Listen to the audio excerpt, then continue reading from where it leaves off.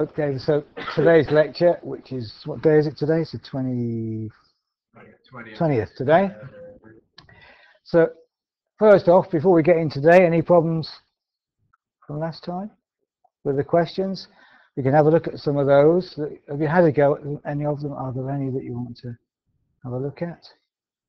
I might get round to putting some of these solutions on as little short video clips, so you can have a look at them then. But if there are no specific problems, then I know you missed Alex, but yeah. So okay, let's have a look at one in particular before we move on and to today. If we think about this problem, and we think about when we were first talking about these, how these can be related to a body, we've got this situation which is a bit like we were talking about. Look, this is the equation of motion of a body oscillating on the end of a spring. So here's the body on the end of a spring, where m is the mass,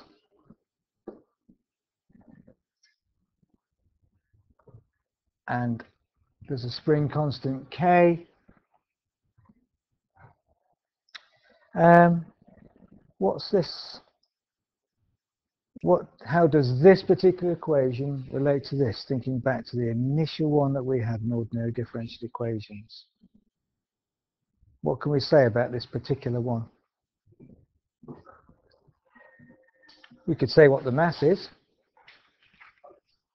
What is the mass in this particular example?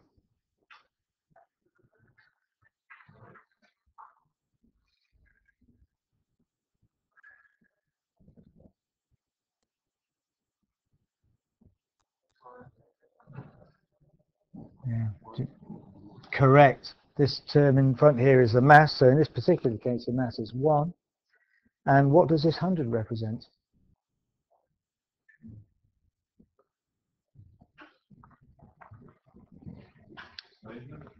No, not the movement. It's the value for the spring constant, k. So k is 100 in this particular case. This is a case where we've got a mass on a spring, and what's the force opposing that gravitational force?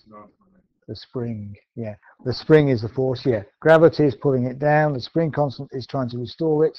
So the force due to the spring is acting up here in the opposite direction to the gravitational force. So we've got m d2x by dt squared. Remind us what d2x by dt squared means. The second differential of displacement against time. Acceleration, thanks Kevin. And then we've got this spring constant k. What's missing in here that we were discussing when we were talking about these things? What are we ignoring here?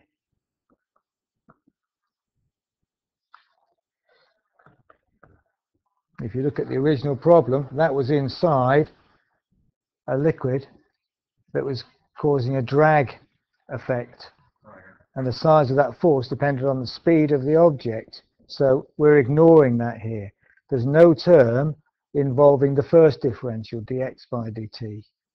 And so, how would you expect this spring mass combination to behave if there's no drag?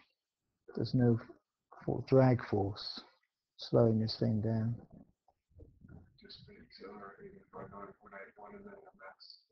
Yeah, the gravity would accelerate it down until this spring pulled it up. What would happen to this spring? How would you describe the motion? You had to plot a graph of displacement of this thing, so displacement measured vertically against time. What might you expect it to look like? Right. Will the sine wave be reducing in amplitude? No drag. Correct, Kevin. Yeah, no drag, no fading away of this sine wave, no reduction in amplitude. In other words, we just get a sine wave. It's the drag force that makes it exponential decay away and adds that part to the function. So we're going to expect, hopefully, some sort of sine wave with no exponential decaying of the amplitude of this thing. So let's have a look. Okay, so That's the equation we got. d2x by dt squared plus 100x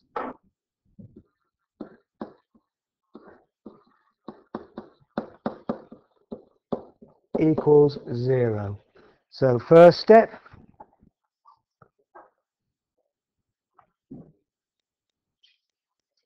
in problems like this, yep, form what's called the, yep, something beginning with A, the auxiliary equation.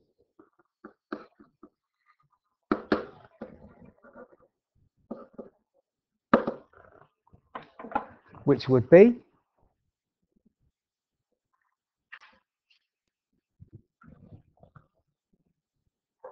Do we have one at the front for A? yep, so 1 or just nothing at all for A, because A is 1. So m squared plus 100 equals 0. That's our auxiliary equation. There is no m term in there because there's no drag term. Okay. So this one is actually turns out to be quite a straightforward one to solve. I want to find m, so what do I do?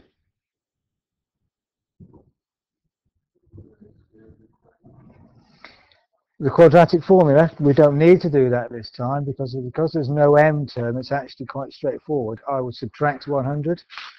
Yep, m equals, or m squared rather, equals minus 100. And so what does m equal? Yep. Which of course is a negative root, so it instantly gives us a complex solution. And so I'd rewrite this as m equals the square root of 100 times the square root of minus 1, which is j, isn't it? So the square root of 100j, which is 10. So m equals 10j. So quite a straightforward auxiliary equation to solve because we've got no m term in there. We don't need to put it into the quadratic formula or try factorising or anything like that. So this is a complex solution. So if you look at your solutions that are associated with this, we've got the root that's got the form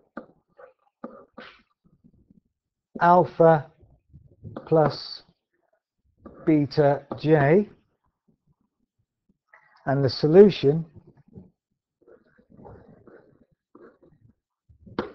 is e to the alpha t sine beta t plus cos beta t. It's of that form. If you look at your general solutions, we've got a complex solution. So it's of that form.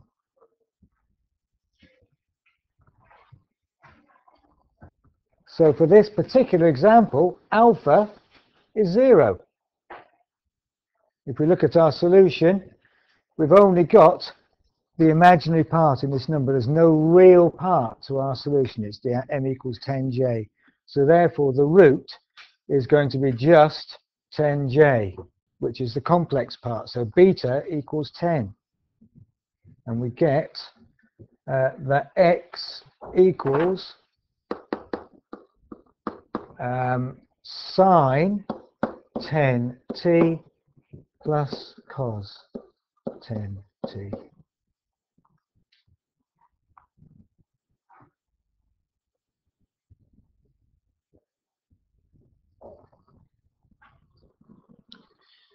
And if you think back to last week, we have, oh well, wait a minute, let me just pause on that one, just check.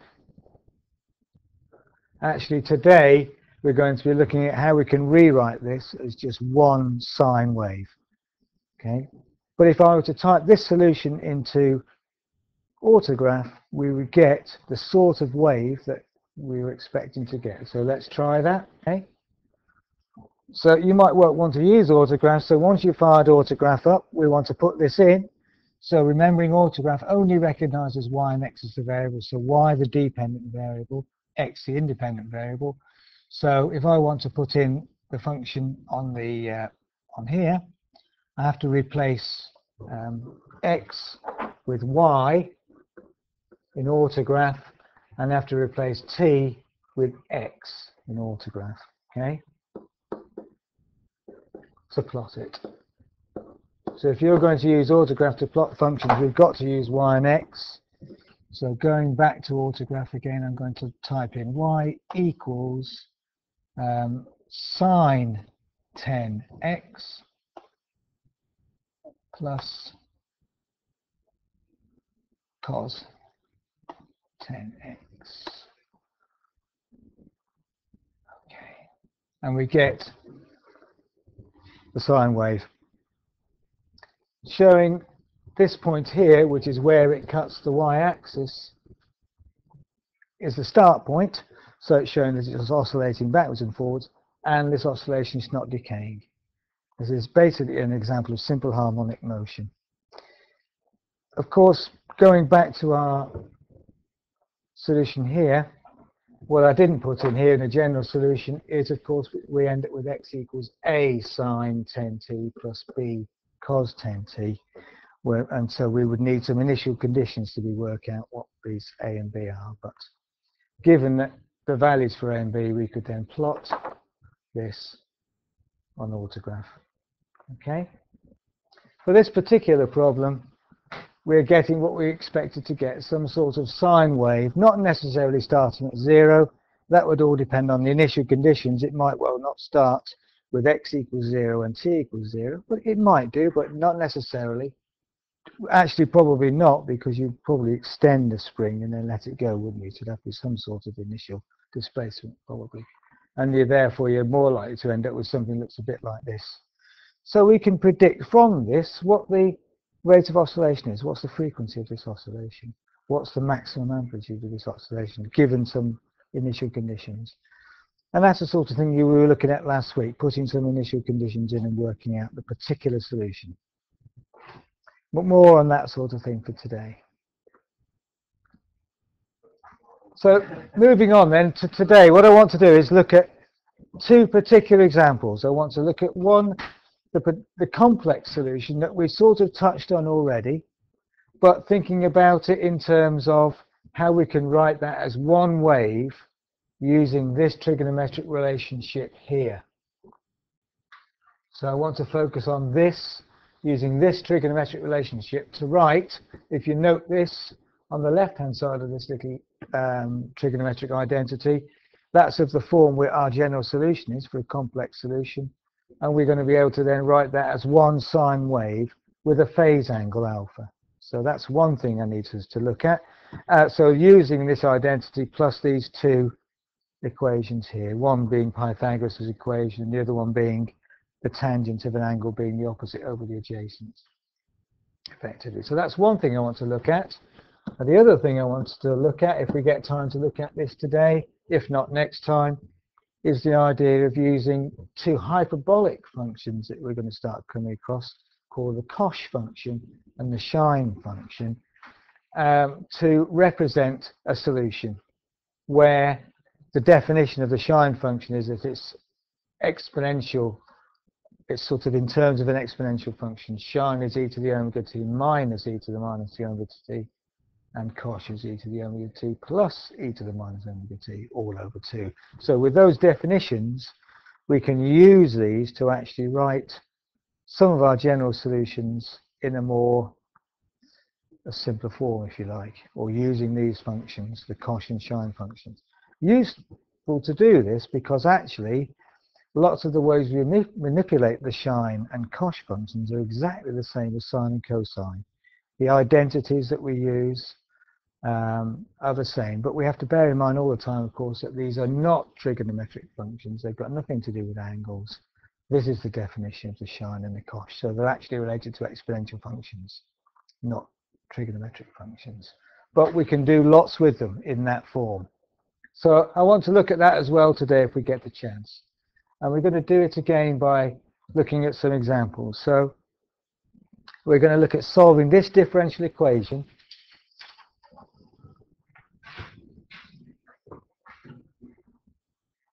And then think about the form for the solution.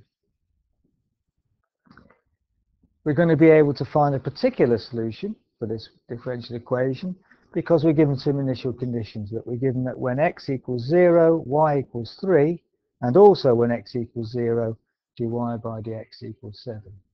So we can come up with our general solution and then put in the initial values to find out what the values for a and b are, the constants.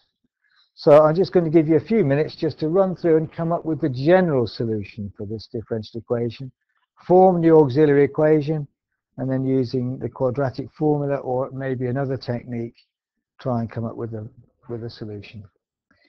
Okay, so let's have a look at this and get out the solution. We can find a general solution by forming the auxiliary equation, which would be that m squared plus 6m plus 13 equals 0. So putting these into the quadratic equation gives us that m equals minus b, which is minus 6, plus or minus the square root of b squared minus 4 times 1 times 13, which is same as 4 times 13, all over 2 times a is 1, so all over 2. Working this out, we get m equals minus 6 plus or minus the square root of minus 16 all over 2. And so it's going to be a complex solution. And so we get m equals minus 6 plus or minus 4j all over 2. Of course, we can split that fraction as minus 6 over 2 plus or minus 4j over 2. So m equals minus 3 plus or minus 2j.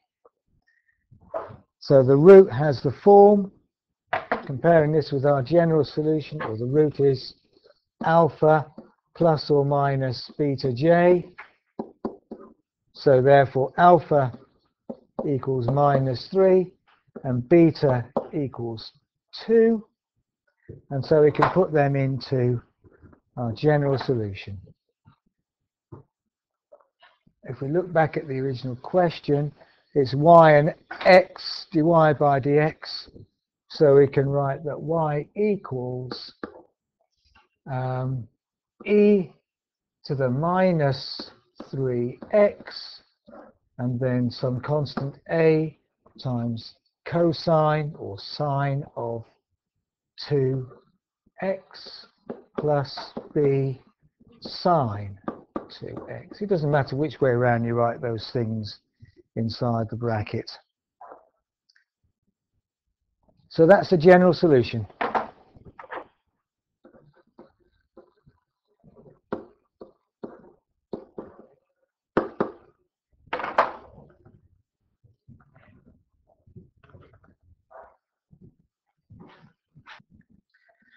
So now we've got the general solution, we can put in these boundary conditions or the initial conditions at the start. When x equals 0, y equals 3, and also when x equals 0, dy by dx equals 7. We need two sets of initial conditions because if you think back to here, we've got two constants, a and b. So we've got to find those by setting up two equations and solving them simultaneously to find a and b. So we've got our general solution, and so we can write for the first set of initial conditions when x equals 0, y equals 3. We can put those values into the general equation and then work out actually one of the constants directly that way. And I'll let you have a go at that. When you've had a go at that, we can then put the second condition in.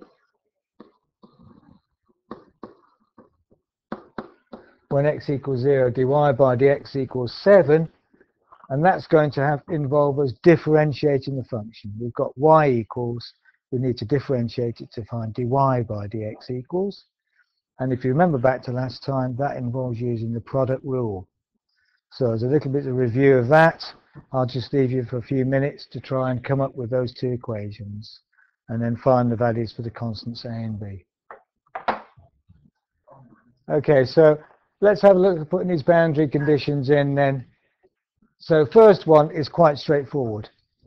We just rewrite the general solution with y equal to 3 and x equal to 0.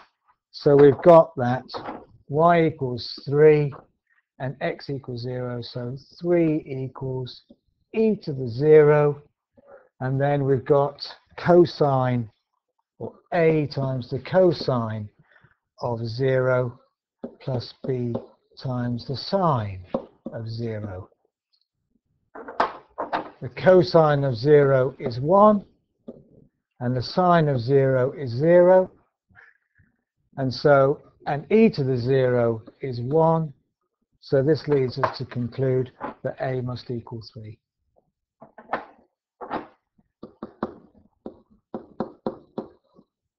So we've got the first of our constants, a equals 3.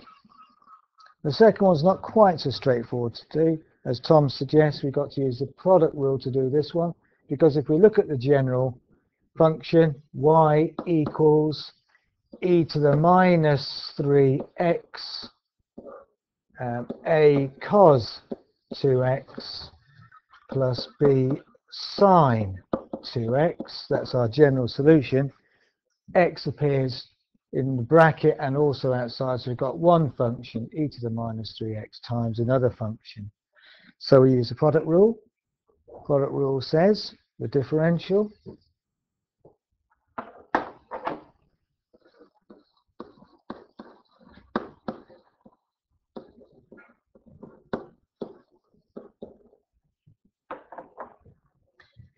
and if you remember the product rule, we let the first term equal u, the second function equal v. But basically in words, to apply the product rule, the differential is the first function multiplied by the differential of the second, plus the second function multiplied by the differential of the first. So applying that in this case, dy by dx, give myself a bit of room here, dy by dx turns out to be the first function, u, which is e to the minus 3x, multiplied by the differential of this one. So that will be the differential of a cos 2x will be minus 2a sine 2x, because sine becomes minus cos and the 2 comes out. Sorry, cos becomes minus sine and the 2 comes out, plus 2b cosine 2x, because sine becomes cos and again the cos comes out. So that's u times the differential of v plus v, which is the bracket a cos 2x plus b sine 2x times the differential of u, which is minus 3 e to the minus 3x. So we get that as our differential. We can tidy this up a bit. So this becomes e to the minus 3x. I'll put the second term first, 2b cos 2x minus 2a sine 2x, and then minus 3 e to the minus 3x times by a cos 2x plus b sine 2x. And so that's what the differential function turns out to be. A reminder that what we've done is u times dv by dx plus v times du, the product rule. At this point, don't forget, here, at this point, it's times minus 3 e to the minus 3x. So you might be worth putting a bracket in there. It doesn't mean that bracket minus that, it's multiplied by it. I just couldn't get it all on one line.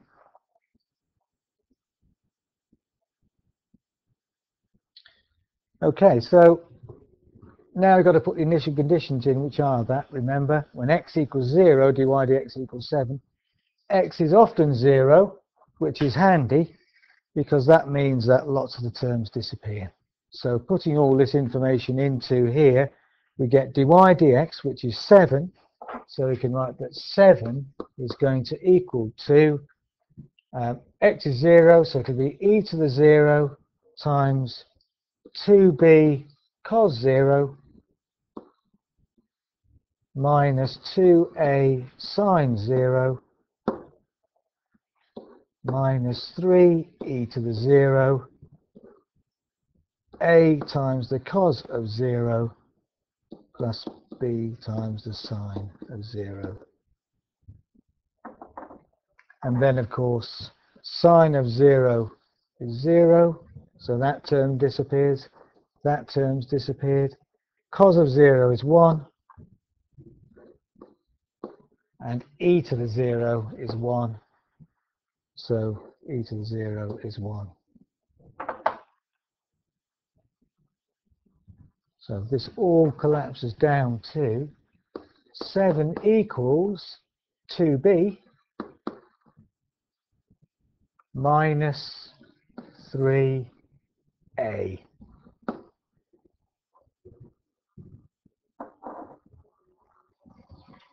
But of course, we know A is 3, we've worked that out already, so we can calculate B. 7 equals 2b minus 9, so therefore B equals 8. So we've got A equals 3 and B equals 8. So now we can write the particular solution .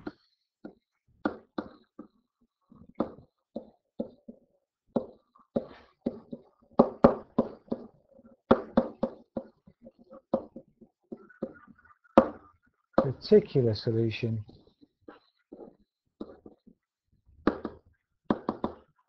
y equals e to the minus 3t. A was the cosine term, so that's 3 cos 2x plus 8 sine 2x. Okay, let's look at this solution in light of what the aim of today was, which was, if we go back and have a look at it, we wanted to look at the complex solution of this form, x equals ae to the minus kx sine omega t plus or minus this alpha. Well, what we have so far is y equals ae to the minus 3t, and then we've got this sort of form, a sine omega t plus b cos omega t. Notice that omega t in here is the same in both. If that's the case, if you've got the same, effectively the same angle, omega t, we can rewrite a sine omega t plus b cos omega t in this form using this trigonometric identity. And it's outlined in the textbook under compound, the chapter on compound angles, if you want to see where this comes from. But we'll accept it for now. And as part of this solution, we need to know what r and alpha. What we'll do is we're swapping our constants a and b for r and alpha. And I can find r using Pythagoras. R equals the square root of a squared plus b squared, whatever a and b are. And alpha is tan to the minus 1, so the angle whose tangent is b over a, measuring the angle in radians. So if my calculator is in radians and I divide b by a and find the inverse tan of that, I'll get alpha. If I use Pythagoras, square root of a squared plus b squared, I'll get r. And then I can rewrite my particular solution in this form, a e to the minus kx sine omega t plus or minus alpha. So let's try and do that for this particular case using these formulas. So if I just leave you to do that for a second. So looking at this, our particular solution, which is here, y equals e to the minus 3t, 3 cos 2x, 8 sine 2x. and comparing that with this general form here. A is the constant in front of the sine term, B is the constant in front of the cosine term. So going back to here, what did I just say? A is the constant in front of the sine term, B is the constant in front of the cosine term. So we can put these values for A and B into these two formulae. So A equals 8 and B equals 3, and put them into here. So A equals 8 and B equals, have we got them the right way around? No, have I? All right, well, we've got to be careful that they're the right way around. So let's just check. If we go back to here, the number in front of the sine term is A in this, look, the number in front of the sine term is A here. And so the number in front of the cosine term will be the B in this trigonometric identity. So make sure you get them the right way around. A equals 8, B equals 3, not A and B that you set arbitrarily when you did your general solution. Okay. So putting these into here, we get that R equals, you'll get the right value for R, of course.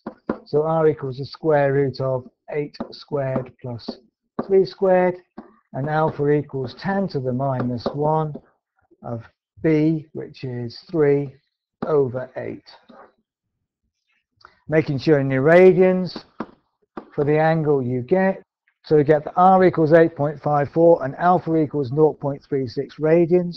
So finally we can write that our particular solution is y equals e to the minus 3x times, e to the minus 3x times R, which is 8.54 sine 2x plus 0.36. So we've got this particular solution now in this form, and if I plot this on autograph, we get sine wave, but which is rapidly decaying, which is what we would expect to see in here.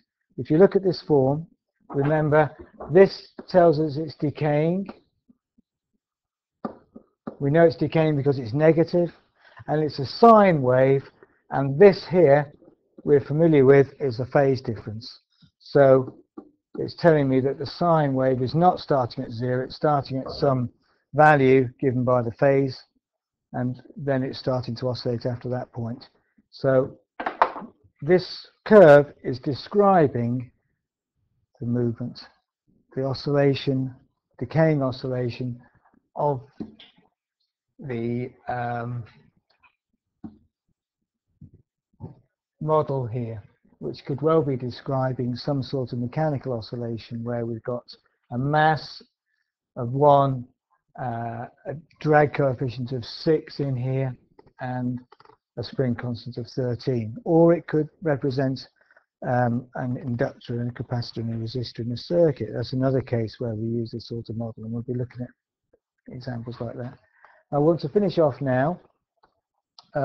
We've looked at this complex solution. Next time we're going to look at these use of this Cauchy-Shine functions, which I've not had a chance to look at today. But if you look at these questions, continuing on with these questions in here, with some other questions that were, like for example in here, you've got in this question number 3 here, a complex solution because you've got the sine and the cosine function in there. Okay. What I'll do is I'll post for you on the internet some further questions which will allow you to practice what we've been looking at today. Okay, so look out for those. All right, we'll finish there and I'll let you go and